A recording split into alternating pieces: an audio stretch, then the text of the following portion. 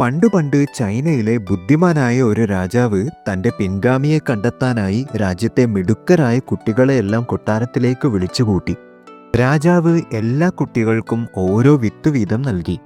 കൂട്ടത്തിൽ പിങ്ങിനും കിട്ടിയ ഒരു വിത്ത്. ഇത് ഏറ്റവും നല്ലപോലെ മുളപ്പിച്ചു കൊണ്ടുവരുന്നവരാകും തന്റെ പിൻഗാമി എന്ന് രാജാവ് പ്രഖ്യാപിച്ചു. പിങ് ആ വിത്ത് വളരെ ശ്രദ്ധയോടെ നട്ടു.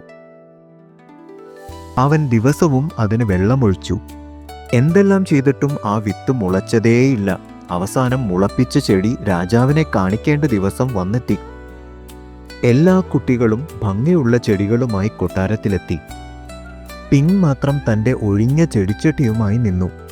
കുട്ടികൾ കൊണ്ടുവന്ന ചെടികൾ ഓരോന്നായി രാജാവ് പരിശോധിച്ചു. പെട്ടെന്ന് അവർക്കിടയിൽ ഒഴിഞ്ഞ ചട്ടിയുമായി നിൽക്കുന്ന പിങ്ങിനെ രാജാവ് ശ്രദ്ധിച്ചു. ഇവനാണ് എൻ്റെ പിൻഗാമി. രാജാവിൻ്റെ പ്രഖ്യാപനം കേട്ട് എല്ലാവരും അത്ഭുതപ്പെട്ടു.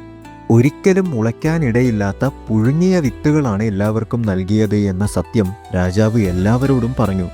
അവസാന വിജയം എന്നും സത്യസന്ധതയ്ക്കാണ് എന്ന പാഠം അന്ന് ആ കുട്ടികൾക്ക് മനസ്സിലായി. Tomato Town